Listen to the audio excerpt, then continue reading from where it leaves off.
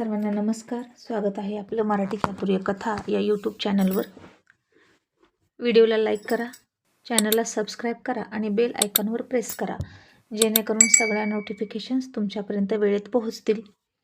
मिलन अभी आधा अधुरा हे भाग 201.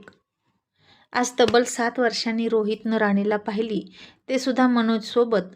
आणि राणी किती खुश दिसत होती त्याच्यासोबत. म्हणजेच खऱ्या अर्थानं तिनं मला फसवलं असं त्याला वाटलं. आज राणीला बघून रोहित खूप चिडला होता. आणि ती का दिसली मला? या बाईला मी पूर्ण विसरलो होतो ना, मग माझ्यासमोर यायची हिची काय गरज होती? असं म्हणून तो त्याच्या फ्लॅटमध्ये जाऊन आदळ आपट करायला लागला. आणि त्याला नक्की कसला त्रास होतो हेही कळत नव्हतं. आणि दुसरीकडे रोहित म्हणाला, गेली तर गेली, असल्या बाईसाठी मी रडणारा नाही. आणि दुसरीकडे मात्र ती मनोजसोबत आहे याचा त्याला त्रास होत होता. आणि आल्यापासून रोहित त्याच्या बेडरूममध्ये रागात डोळे झाकून बसला होता. मग त्याचा नोकर आला आणि म्हणाला, साहेब, अहो साहेब, तुमची तब्येत ठीक नाही का? मी तुमच्यासाठी जेवण आणू का? रोहित आता काहीच बोलला नाही आणि म्हणाला, जेवण नको, बाटली आण. आणि आता नोकराच्या लक्षात आलं की नक्कीच त्याला काहीतरी त्रास होतोय. पण आता मोठ्या लोकांच्या मोठ्या गोष्टी असतात, आपल्याला काय माहीत. म्हणून तो बाटली आणायला गेला. आणि राणा भेटल्यापासून जो रोहित कमी ड्रिंक करत होता, तो रोहित आता खूप दिवसातून ड्रिंक मागायला लागलाय असं नोकराला वाटलं. झोप लागेना की तो ड्रिंक करायचा. राणीची खूप खूप आठवण आली की तो ड्रिंक करायचा, स्मोकिंग करायचा. पण राणा भेटल्यापासून मात्र हे सगळं कमी झालं होतं. नशेमध्ये चूर होऊन झोपण्याची गरज नव्हती त्याला, कारण राणाच्या गोड आठवणी आणि राणा त्याच्या आसपास सतत असायचा. आणि नोकर आता बाटली घेऊन एक ग्लास घेतला आणि आत येऊ का साहेब म्हणून त्याला विचारलं. रोहितने त्याच्या डोळ्यांच्या पाणावलेल्या कडा पुसल्या आणि दरवाजा उघडला. आणि आज काहीतरी वेगळाच मॅटर दिसतंय हे नोकरच्या लक्षात आलं. आणि त्याची काळजी वाटून म्हणाला, साहेब, तुम्हाला जरा अस्वस्थ वाटत असेल तर मी राणाला बोलवू का? आणि रोहितला वाटलं नको, आता राणाला नको, कारण आता त्याला फक्त आणि फक्त राणीच्या रागामध्ये प्यायची होती. तिचा मनापासून, अगदी मनापासून, खूप मनापासून तिरस्कार करत खूप खूप प्यायची होती. आणि हे सगळं राणाला दिसायला नको. तो जरी माझा मुलगा नसला तरी माझ्याकडून त्याच्यावर असले घाणेरडे संस्कार व्हायला नकोत. म्हणून राणा रोहितकडे जेव्हा जेव्हा यायचा तेव्हा तेव्हा रोहित बाटल्या, सिगारेट असलं काहीही जवळ ठेवत नव्हता. त्याची आई त्याला इतके चांगले संस्कार लावते, तर आपण कशाला त्याला नको ते संस्कार लावायचे, नाही का? आणि नोकराला कळलं की आता राणाला बोलवायचंच नाही, म्हणून तो निघाला. पण रोहित म्हणाला, त्याच्या गोड गोड बडबडीनं आणि समजूतदारपणानं कदाचित माझं दुःख हलकं होऊ शकतं.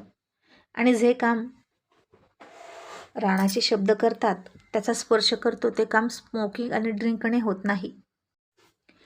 आणि रोहित नोकराला म्हणाला, हे सगळं ठेव आणि राणाला बोलव. नोकरानं दारूची बाटली जिथल्या तिथं ठेवली, सिगारेटचं पाकिट घेतलं होतं तिथं ठेवलं आणि राणाला बोलवायला गेला. पण आता घराला कुलूप होतं. राणा कुठं गेला काहीच कळलं नाही. त्याच्या बायकोला तर आज संडे असल्यामुळे सुट्टीच होती.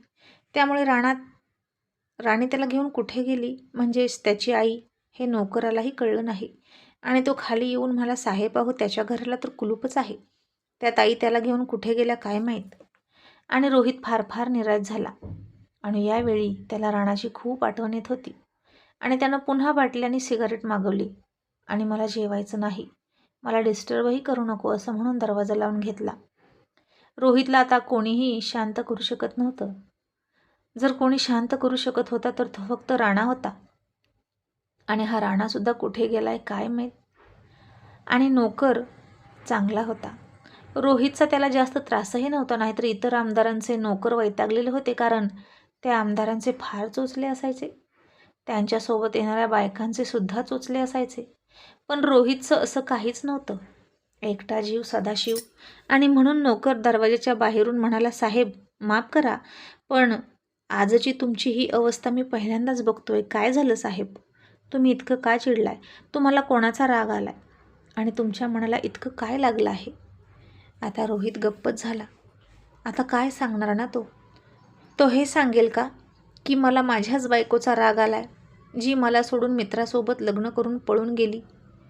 ती ज्यावेळी पळून गेली तेव्हा अख्ख्या सूर्यवंशी फॅमिलीने फार फार शितापीनं घराण्याची अब्रू वाचवली. कुठेही वाच्यता केली नाही. जे काही कळलं असेल ते फक्त घरातल्या घरात कळलं होतं. आणि रक्ताने संबंध असलेल्या नातेवाईकांना, म्हणजेच रोहितच्या मामाला, आत्याला, मावशीला एवढ्यांनाच. बाकी बाहेरच्यांना कोणाला काय देणं घेणं होतं सूर्यवंशींच्या फॅमिलीतलं. राणीच्या माहेरच्यांनी सुद्धा वादळ उठवलं नाही आणि हे रोहित राणीच्या नात्यात उठलेलं वादळही शांत झालं होतं. पण आता रोहितच्या आतमध्ये मात्र खूप मोठं वादळ उठलं होतं, जे आता त्याला उद्ध्वस्त करत होतं. मग नोकरच म्हणाला, सांगा ना साहेब, अहो तुमची काळजी वाटते म्हणून विचारतोय. आणि मी आजचे दिवस इथेच राहू का? नो. आणि रोहित म्हणाला, गरज नाही काहीच. राणा कधी येईल, तो कुठे गेलाय काही कळलं का? आणि तो नोकर म्हणाला, अहो तो गेलाय कुठेतरी, त्याच्या आईची कसली तरी परीक्षा आहे, माझी बायको सांगत होती. आणि साहेब, बाई खूपच चिकाटीची आहे बरं का, अहो कसली तरी सरकारी परीक्षा देते म्हणे. आणि रोहित म्हणाला, उदास होत असतात एक एक बायका, ज्यांचे नवरे चुकतात आणि त्या तरीही अशा परिस्थितीत एकट्या मुलाला हँडल करून स्वतःची स्वप्न पूर्ण करतात, पण दुसरं लग्न करत नाहीत किंवा अफेअरसुद्धा करत नाहीत. तशीच राणाची आई आहे. आणि दुसरीकडे ती नीच राणी, जी स्वतः इतका मोठा घरंदाज संसार असूनही, इतकं मोठं घराणं, इतकं मोठा नवऱ्याचा रुबाब, प्रतिष्ठा पायाशी लोळण घेत असतानासुद्धा भिकेचे डोहाळे लागून एका फुटकळ प्रेमासाठी मला फसवून निघून गेली. आणि नोकर म्हणाला, काय झालं साहेब, तुम्ही कोणाविषयी बोलताय? आणि रोहित त्याला म्हणाला, कोणाविषयी नाही, तू जा. आणि मग नोकर निघून गेला. मग आता रोहितनं सुद्धा खूप खूप ड्रिंक केली, सिगारेटचं अख्खं पाकिट ओढलं.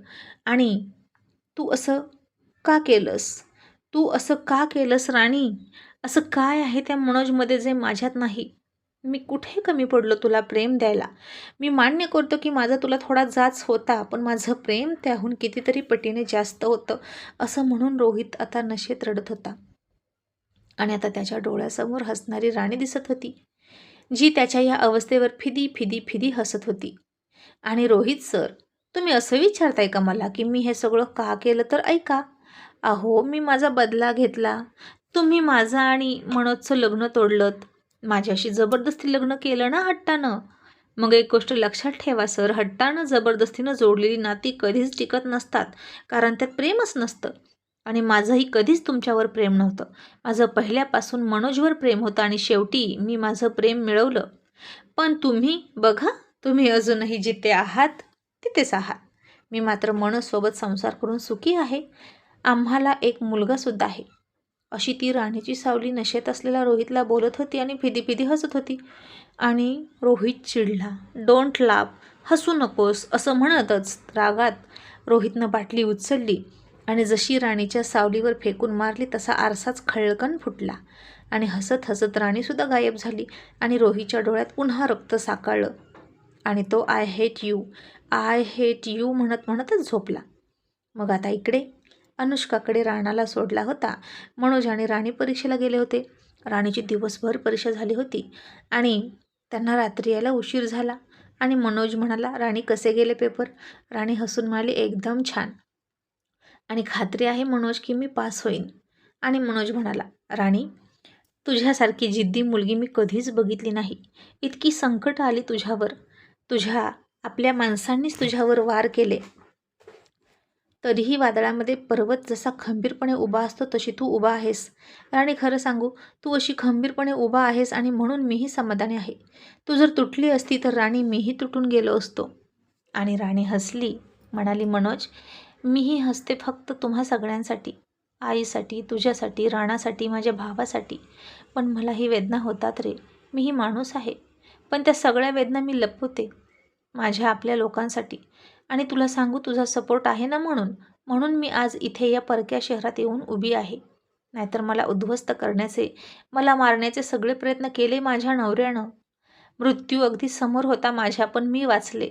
खरं सांगू मनोज, मी त्या व्यक्तीला मला सोडा, मला वाचवा अशी विनंती फक्त आणि फक्त माझ्या पोटातल्या बाळासाठी केली होती. मी एकटी असते तर मी हसत हसत मरण स्वीकारलं असतं, पण नशिबानं मी वाचले आणि त्याच्याच आधारानं मी जगले. आणि आता त्यांची सावलीसुद्धा नको माझ्या रानावर आणि माझ्यावर, असं म्हणून राणीचे डोळे भरून आले. आणि मनोज म्हणाला, असू दे, रडू नकोस. आपण आहोत ना एकमेकांसाठी. आपण रानाला खूप मोठा करायचा. मग मॅडम, त्याला राजकारणात घालवायचा की सरकारी जॉबमध्ये? राजकारण तर त्याच्या नसानसात भिनले आणि तूही त्याला तसाच वाढू दिलास त्याच्या बापासारखा. त्याची एकही सवय मोडली नाही तू. तुला मोठेपणी रोहित सरांसमोर रानाला उभा करायचा आहे का गं? म्हणजे रोहित सूर्यवंशी विरुद्ध रणजित सूर्यवंशी? तसं राणीला आठवलं आणि म्हणाली, नाही रे मनोज, मला बापाविरुद्ध मुलाला उभा करायचं नाहीच. मनोज, अरे तुला सांगायचंच राहिलं, ते भेटले मला. भेटले म्हणजे दिसले आणि राणाशी बोलत होते. आणि मनोज चकित होऊन म्हणाला, काय? कुठं भेटले? एखाद्या सभेत वगैरे भेटले का? आता राजकारणाच्या आमदारांच्या सभा चालतातच की. राणी म्हणाली, नाही रे, ते पर्सनली राणासोबत बोलत होते एका रस्त्यावर. आणि मनोज, मला तर खूप भीती वाटली की ते राणाला ओळखतात की काय, आणि राणा त्यांच्या संपर्कात आहे की काय याची. मनोज म्हणाला, अरे बापरे राणी, मग अगं ते राणाला ओळखतात की काय, आणि राणाही ओळखू की काय त्यांना? राणी म्हणाली, नाही रे, राणा नाही ओळखत. जस्ट मला वाटतं की अशीच योगायोगाची भेट असावी, पण मी नाही त्यांना दिसले. जर मी त्यांना दिसले नाही तर त्यांना कसं कळेल की राणा माझा मुलगा आहे? म्हणून मी त्यांच्यापासून लपून राहिले. पण मनोज, सरांना कळता कामा नये बरं का की राणा माझा मुलगा आहे. मनोज म्हणाला, आता जर तूच त्यांना दिसली नाही तर कसं कळेल? राणी म्हणाली, हो ना, आणि म्हणूनच मी राणाला सांगितलं की आपल्या घरच्यांची नावं कोणालाही सांगायची नाहीत. न जाणो ते भेटतील आणि नावं ऐकली तर त्यांना सगळं कळेल ना, म्हणून. आणि त्यानंतर मी बघितलं पण नाही दिसले ते. याचा अर्थ फक्त ॲक्सिडेंटली इथे आले असावेत एखाद्या कार्यक्रमाला वगैरे, असं म्हणून राणीनं तो विषय झटकला. आणि मनोजने राणीला भीती घालणारा एक प्रश्न विचारला आणि म्हणाला, आणि राणी, समज ही भेट एक योगायोग नसून जर राणाचं भविष्य असेल आणि खरंच रोहित सरांना भविष्यात कळलं की राणा त्यांचा मुलगा आहे, तर ते राणासारखं उमदं व्यक्तिमत्व असलेला स्वतःचा मुलगा का सोडतील? ते त्याला तुझ्यापासून घेऊन गेले तर? तशी राणी आणखीन घाबरली आणि म्हणाली, मनोज, याचीच तर भीती वाटते मला, आणि तू तसंच बोलतोस का? मनोज म्हणाला, राणी, अगं घाबरून हा विषय टाळण्यासारखा नाही. उलट या विषयावर तू चर्चा करायला हवी आणि एखाद्या सेफ्टी झोनसुद्धा तयार करून ठेवायला हवा. भविष्यात जर ते आले आणि राणावर त्यांनी हक्क दाखवला तर काय? गाफील राहू नकोस राणी, काहीही होऊ शकतं. आणि राणी म्हणाली, हो, तुझं बरोबर आहे, मला घाबरून चालणार नाही. मला या मार्गाचा सुद्धा विचार करायला हवा. आणि जर ते आले ना तरीसुद्धा राणाची कस्टडी मलाच मिळावी. मी यासाठी प्रयत्न करणार, आणि त्यांना आधी माझ्या सगळ्या प्रश्नांची उत्तरं द्यावी लागतील. जर त्याच वेळी राणा पोटात असतानाच मी मेले असते तर कुठून घेतला असता त्यांनी त्यांचा मुलगा? आणि माझं काहीही ऐकून न घेता माझ्या गळ्यातून मंगळसूत्र हिसकावून मला दरवाजा माझ्या तोंडावर बंद करून हाकलून दिली. अशा परिस्थितीत त्यांना काय अधिकार आहे रे, मी वाढवलेला मुलगा आहे तो हिसकावून घेण्याचा? आणि याचं उत्तर सगळ्या सूर्यवंशींनी द्यावं लागेल. आणि यामध्ये सगळ्यात जास्त दोषी कोण असेल तर ते आहेत रोहित सर, आणि मग बाकी घरचे. मनोज आता थोडा हसला आणि म्हणाला, राणी, तू खरं तर बॅरिस्टरची परीक्षा द्यायला हवी होती गं. अगं काय वाद घालतेस यार, आणि तुझी ना उत्तम वकील तूच होऊ शकते. आणि मॅडम, मी फक्त ही शक्यता दर्शवली, असं काही होऊ नये हीच ईश्वरचरणी प्रार्थना. तुझा राणा तुझ्याकडेच राहो, असं म्हणून ते घरी गेले. खूप उशीर झाला होता. अनुष्का, राणा झोपलेच होते, त्यामुळे राणीसुद्धा तिथंच झोपली. राणा मनोजसोबत झोपला, राणी अनुष्कासोबत झोपली, आणि त्यांचं नातं खूप छान होतं. आता सकाळ झाली, राणी उठली, राणाही उठला. ते पुन्हा तयार होऊन नाश्ता वगैरे करून घरी निघाले. आणि इकडे रोहितही उठला. नोकर घरी गेलाच नव्हता. त्याच्या काळजीपोटी आज इथेच थांबला. उठल्या उठल्याच रोहित म्हणाला, राणा आला का बघून ये रे. आणि त्याला कालचा प्रसंग पुन्हा आठवला. त्यानं पुन्हा एकदा राणीला एक शिवी दिली आणि म्हणाला, फालतू बाई, मी का तिची आठवण काढू? मग रोहितचा नोकर वर गेला. राणा अजूनही आला नव्हता. घर बंद होतं आणि तो म्हणाला, साहेब, अजूनही नाही आला तो. आणि रोहित निराश झाला. आता तो परत कधी येणार हेही त्याला माहीत नव्हतं. राणाही इथे नाही आणि त्या राणीच्या आठवणींचा त्रास होतोय म्हणून रोहित घरी निघून गेला. तेही अगदी अचानकच घरी गेला. अगदी त्याचा पिये टिंगू, त्यालाही काही कल्पना नव्हती. नाहीतर राजकारणी लोक असे कुठे निघाले की पहिले पियेला सांगतात. आणि सगळे म्हणजे घरातल्या लेडीज दुपारचा लंच करत होत्या. त्याचवेळी रोहित घरात शिरला आणि बेडरूममध्ये जाऊन तो शांत शांत बसला. त्याला असं अचानक आलेला बघून सगळ्यांनाच आश्चर्य वाटलं. आणि जानकी उठली आणि म्हणाली, काय झालं रोहित बाळा, तुझा मूड असा का अपसेट झाला आहे? रोहितने आता फक्त जानकीला रूममध्ये घेतली आणि म्हणाला, आई, ती नालायक मुलगी मला पुन्हा दिसली. जानकी म्हणाली, कोण? रोहित म्हणाला, तीच ती, आपल्या घराण्याला कलंक लावून जाणारी आणि माझ्या आयुष्याला ग्रहण लावणारी राणी. तशी जानकीसुद्धा चकित झाली आणि म्हणाली, काय? अरे बापरे रोहित, अरे इतक्या वर्षातून ती तुला कुठे दिसली आणि अशी अचानक? आणि रोहित तसाच रागात म्हणाला, हो दिसली, आणि ती का दिसली हेच मला कळेना. आणि आई, ती त्या मनोज सोबतच होती आणि खूप खुश होती. आई, त्यांना एक मुलगासुद्धा आहे. असं म्हणून रोहितचे डोळे पाण्यानं भरले, कारण त्याला मूल हवं होतं तिच्याकडून. आणि सध्या तिला मनोजकडूनच मूल आहे असं त्याला वाटत होतं. जानकीनं त्याच्या डोक्यावर हात ठेवला आणि म्हणाली, रडू नकोस बेटा, जाऊ दे, तिला विसरून जा. आणि आता ती भेटलीच आहे तर हे एक प्रकारे चांगलं झालं. तिच्याकडून आता घटस्फोट घे. अरे ती आता तिच्या आयुष्यात पुढे गेली, लग्न केलं, मुलगा झाला, पण तू का तुझं आयुष्य अजून आहे तिथंच थांबवलेलं आहे? रोहित म्हणाला, आई, माझी तिच्या पुढे जाण्याची हिंमतच नाही झाली. आई, ती खूप खुश होती त्याच्यासोबत, त्यांचा खूप सुखाचा संसार असेल का गं? असं म्हणून रोहित उगीचच आता राणीच्या सुखाची कल्पना करत होता. आणि जानकी म्हणाली, हे बघ रोहित, तिचा संसार कसाही असू दे, तू तिला म्हणायचं ना की थांब आणि घटस्फोट दे. तू घटस्फोटाची वाट बघतोस, पण तिला घटस्फोटाची गरज पडली का बघ? घटस्फोटाविनाच तिनं तिचा संसार सुरू केलाय. खूप पुढची निघाली रे ती. आणि रोहित बेटा, आता मेघनाचंही जास्त परीक्षा बघू नकोस. आज ती तुला दिसली म्हणजे शुभ संकेत आहे. आता तू आमदार आहेस आणि तुझं लग्न झालं तर आणि तिला कळालं तर शिंतोडे उडवायला येऊ शकते तुझ्या चारित्र्यावर. म्हणून आता मी तुला सांगते तसं कर. तू तिचा शोध घे, घटस्फोट माग आणि हो मुक्त तिच्या नात्यातून आणि आठवणीतून. आलेच हां. असं म्हणून जानकी आता ही गुड न्यूज सगळ्यांना सांगायला गेली. आता डायनिंग टेबलवर सगळ्याजणी बसल्या होत्या आणि जानकी म्हणाली, अगं ऐकलेत का मुलींनो, एक गुड न्यूज आहे. सोनम म्हणाली, काय झालं आई? रोहित दादा खुश आहेत का? त्यांचीच गुड न्यूज आहे का? जानकी म्हणाली, हो, अगं ती राणी भेटली त्याला, म्हणजे दिसली फक्त लांबून. तसा मेघनाला ठसकाच लागला आणि जानका तिला म्हणाली, अगं तू दचकलीस कशाला, उलट खुश हो. आता लवकरच त्यांचा घटस्फोट होईल आणि मेघनाचं लग्न रोहितसोबत होईल. तशा सोनम सपना म्हणाल्या, पण आई, आता राणी दिसली ना तर नक्की सापडली तर भाऊजींचं लग्न मेघनासोबत कशाला? आपण राणीचाच काय प्रॉब्लेम आहे ते बघूया ना आणि तिला विचारूया आणि जुळवूया दोघांचं. कारण राणी रोहित भाऊजींच्या मनातून जात नाही ना. आणि जानकी म्हणाली, आता तिचा काय उपयोग? आता रोहितला कितीही वाटलं ना तिलाच आणावी, तरी तो आणू शकत नाही, कारण तिला एक मुलगा आहे त्या मनोजपासून. आणि अरे बापरे, हे ऐकलं तसं सपना आणि सोनम गप्पच बसल्या. आणि राणी खरंच इथून गेली, सगळं विसरून गेली, लग्नही केलं आणि मुलगाही झाला का? बापरे, हे ऐकून तर सोनम आणि सपनाचा स्वतःच्या कानावरच विश्वास बसेना. आणि त्याहीपेक्षा जास्त मेघनाचा स्वतःच्या कानावर विश्वास बसेना. आणि तिला तर वाटलं की हे कसं शक्य आहे? राणी तर मेली आहे ना, आणि रोहितला जे दिसलं ते तिचं भूत होतं की काय? असं वाटून मेघना आत्तापासूनच घाबरायला लागली.